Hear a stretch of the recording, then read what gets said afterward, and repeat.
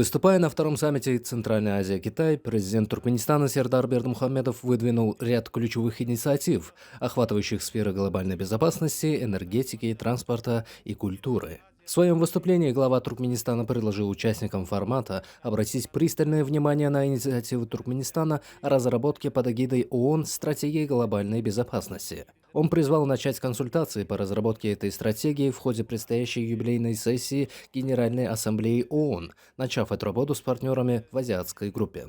В экономической сфере президент Сердар Бердымухамедов подчеркнул перспективы сотрудничества в транспортной отрасли, отметив, что сопряжение стратегии Туркменистана возрождения Великого Шелкового пути с инициативой Китая «Один пояс, один путь» будет содействовать общим интересам. В энергетическом секторе он подтвердил готовность Туркменистана обсуждать вопросы диверсификации поставок туркменского природного газа и расширения географии и объемов поставок электроэнергии. Кроме того, глава государства выразил надежду на более активное сотрудничество с китайскими партнерами в области инноваций, включая совместные проекты по применению искусственного интеллекта, цифровизации и космических исследований. Касаясь гуманитарного взаимодействия, президент Туркменистана выступил с инициативой о формировании новой платформы «Культурный диалог Центральной Азии и Китая». В рамках этого предложения он озвучил идею организации на постоянной основе совместных тематических фестивалей культуры и искусств, которые бы поочередно проводились в странах-участницах саммита. В завершение, пользуясь случаем, что 2025 год объявлен ООН Международным годом мира и доверия по инициативе Туркменистана, президент Сердар Бердымухамедов пригласил всех глав государств принять участие в крупном международном форуме, который состоится в декабре в Ашхабаде.